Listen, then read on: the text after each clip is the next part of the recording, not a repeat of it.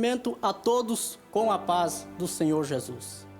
Quero estar trazendo uma palavra de Deus para nossas vidas, no livro de João 3,16. Porque Deus amou o mundo de tal maneira que deu o seu Filho unigênito, para todo aquele que nele crê não pereça, mas tenha a vida eterna.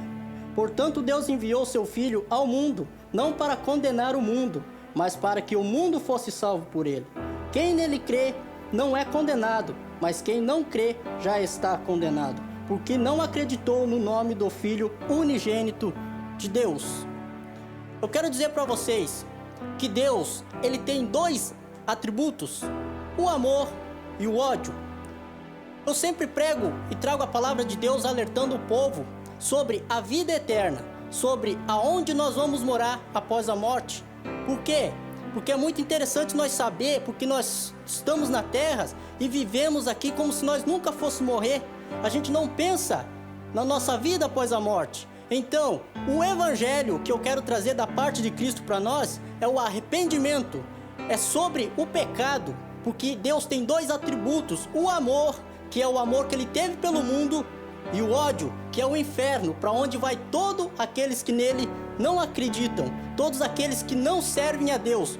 Ou seja, existe o justo e o pecador. Qual é a diferença do justo e do pecador? Porque muitas das vezes a gente acha que todos somos pecadores, porque todos nascemos do pecado, porque a própria palavra de Deus diz que nascemos do pecado.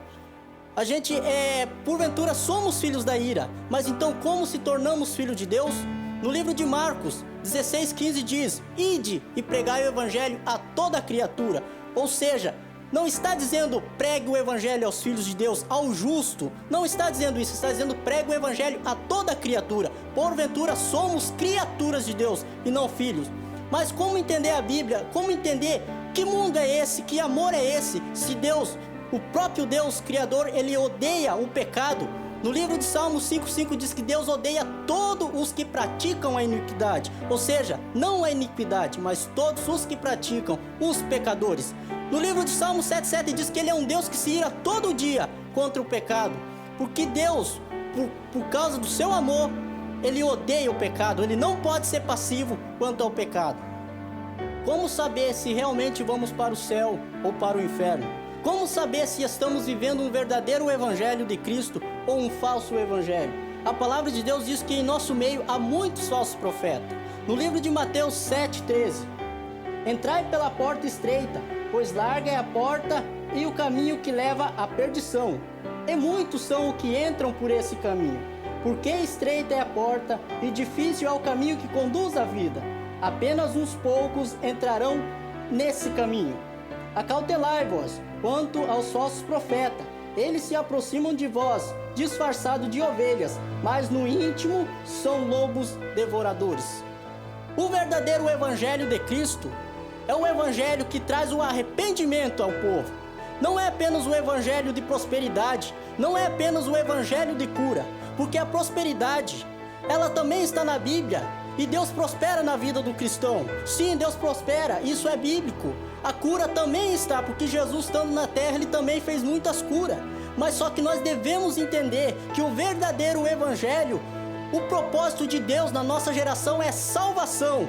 Porque prosperidade, você vem na igreja, você busca, Deus te dá um carro, mas amanhã depois você precisa comprar uma casa. A cura, você vem e busca a cura de uma dor de cabeça, Deus te cura. Amanhã depois você está com dor no pé, porque essas são coisas da terra, são coisas terrenas que aqui vão ficar. Mas a salvação é eterna, então devemos pregar o arrependimento. O verdadeiro evangelho é aquele que faz você pensar na tua vida eterna, não apenas nas coisas materiais que aqui hão de ficar, mas sim na tua alma, para onde é que tu vai passar a eternidade. Devemos prestar atenção no evangelho de arrependimento. Esse é o evangelho que vai conduzir a tua alma para um lugar melhor do que a vida terrena.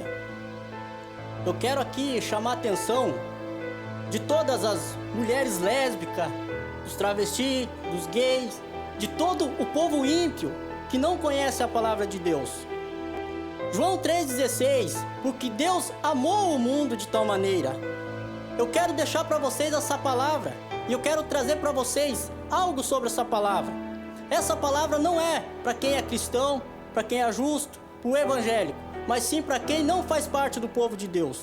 Nós sabemos que Deus, Ele odeia o pecado, Ele odeia a iniquidade, todos os que praticam o pecado. João 3,16, que mundo é esse? Se você vive no pecado, se você vive na imoralidade, Deus te odeia? O que essa palavra quer dizer com amou o mundo? Deus, por causa do infinito amor dele, por causa da justiça dele, ele é incapaz de condenar um inocente para o inferno. Deus condenaria uma criança para o inferno se ela morrer? Não, por quê? Porque ela é inocente da palavra de Deus. A palavra Deus amou o mundo quer dizer não o pecador, mas sim o povo inocente da palavra de Deus. Deus nunca vai mandar uma pessoa, você, para o inferno sem ter a oportunidade de servir a Ele, sem ter a oportunidade de conhecer a palavra de Deus. No ano de 2000 a 2020, quantas pessoas já morreram? Quantas almas já entrou no inferno? Mas Deus não permitiu nenhuma alma sem antes ter o direito de ouvir a palavra de Deus. Todos aqueles que crê serão salvos. Quem não crê já é condenado. Mas tiveram a oportunidade de ouvir a palavra de Deus. E você está tendo a oportunidade de ouvir essa palavra. Eu quero dizer para você que você procure conhecimento de Cristo. Aquele que chegar nele, de maneira alguma ele lançará fora. Procure por você conhecer a Deus enquanto há oportunidade, porque enquanto há vida, há esperança. Que não seja tarde para você, porque a volta de Cristo é real. Ele te ama por você ser inocente da palavra de Deus, não por ser pecador, porque no livro de Apocalipse diz que Ele mesmo é o que pisa no lagar da ira do Deus Todo-Poderoso. O que é o lagar? Você sabe como faz uva? Aquele caixote quadrado que bota a uva e começa a pisar em cima. Esse é o referência do lagar de Cristo, onde vai estar os demônios, as almas, e o próprio Deus pisará sobre todos os pecadores, e aquele vinho da uva que sai será o sangue dos pecadores correndo ali da ira de Deus. Então Deus não ama pecador. Deus quer te salvar. Você que é lésbica, você que é travesti, você que é assaltante, você que pratica a imoralidade, Deus quer te salvar por você ser inocente da palavra de Deus. Mas se você ouve falar de Cristo, você não vai se dar por inocente naquele dia, porque você não será mais inocente. Então arrependa-se enquanto há tempo, porque Cristo breve voltará. No livro de Marcos 16:15, ide e pregai o evangelho a toda criatura, não aos filhos de Deus. Que criaturas são essas? Como se tornar filho de Deus? Jesus disse, aquele que vir após a mim, negue-se a si mesmo, largue tudo, tome a sua cruz e siga-me. Ou seja, para se tornar filho de Deus, precisa nascer de novo, precisa nascer da água e do Espírito, aí se torna justo, filho de Deus. 1 João 3 diz que todos aqueles que são nascidos de Deus não pecam. E todos os que pecam não conhecem Deus e são filhos do diabo. Aí é que está um ponto que eu queria esclarecer para muitos cristãos que sobem em cima do altar e diz que somos todos pecadores, que pecamos todos os dias. Está errado, equivocado, porque quem nasce de Cristo não é mais pecador. Como a Bíblia fala, o pecador que Deus vai castigar, que a ira de Deus vai descer sobre eles, não somos nós que aceitamos a Cristo como Salvador. Nós somos um povo justo. Em Antioquias, o povo ficou conhecido como cristão por fazer as mesmas obras que Cristo. Não foi eles mesmos que se reuniram e disseram, vamos nos chamar de cristão porque nós fazemos a mesma obra que Cristo. Não foi eles. Foi o povo que olhou para eles e falaram entre eles, aqueles lá são semelhantes a Cristo, eles fazem a mesma obra que Cristo. Ficaram conhecidos por cristão, por fazer a obra de Cristo. Na nossa geração, nós não devemos ser conhecidos como evangelho, como evangélicos, como o povo gospel, não. Nós devemos ser conhecidos como justo. Por quê? Por praticar a justiça de Deus. Nós devemos ser reconhecidos como povo justo. Por onde nós ir, o povo tem que olhar e dizer, lá vai um justo, lá vai um que pratica a justiça de Deus. Nós somos o sal da terra, luz do mundo. As pessoas têm que olhar para nós e ver Cristo em nossa vida. Portanto, o justo não é pecador, é justo. Mas a pergunta que fica, justo peca? Se a palavra de Deus no livro de João diz que aquele que disser que não peca, já pecou por dizer que não peca.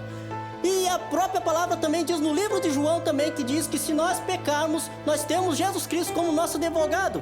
Mas se nós ver, a Bíblia acabou de dizer que o justo não peca. Mas como isso? Deixa eu dizer pra você, se você era um assassino, você se converteu, você vai continuar matando? Não, é isso que a Bíblia está dizendo. Se você se prostituía, você vai continuar se prostituindo? Não, é isso que a palavra de Deus está dizendo. Não peca os mesmos pecados, as mesmas abominações de antigamente. Mas não significa que ser justo é ser santo, perfeito como Deus. Não, mas pratica a justiça e procura fazer as coisas certas. A Bíblia diz, o próprio Deus diz, eu amo os que me amam. Deus nos ama, Deus quer o melhor para nós. Se você ama a Deus, você vai correr do pecado, você vai evitar o pecado. No livro de Romanos diz que o pecado não tem domínio sobre nós, porque não vivemos no tempo da lei, mas sim no tempo da graça. Você pode evitar o pecado. No livro de Mateus diz, se teu olho te escandaliza, arranca e joga para longe de ti. No livro de Gênesis diz que quando Deus criou o homem, ele deu o domínio para o homem.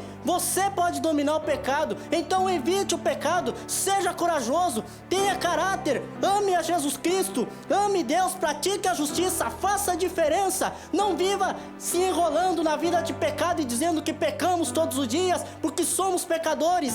A língua tem poder entre a morte e a vida. Você tem que dizer que você é justo, você tem que proclamar justiça, você tem que viver o evangelho verdadeiro, pregar arrependimento para o povo. Como vai chegar no ímpio e dizer que é pecador? Como você vai chegar no ímpio sem fazer a diferença? Você tem que mostrar a diferença para trazer eles, porque a Bíblia disse, pregai o evangelho a toda criatura. Nós que aceitamos a Jesus Cristo não somos mais criatura, não somos pecadores, somos filhos de Deus, somos justos e devemos praticar a justiça. Que Deus te abençoe, em nome de Jesus.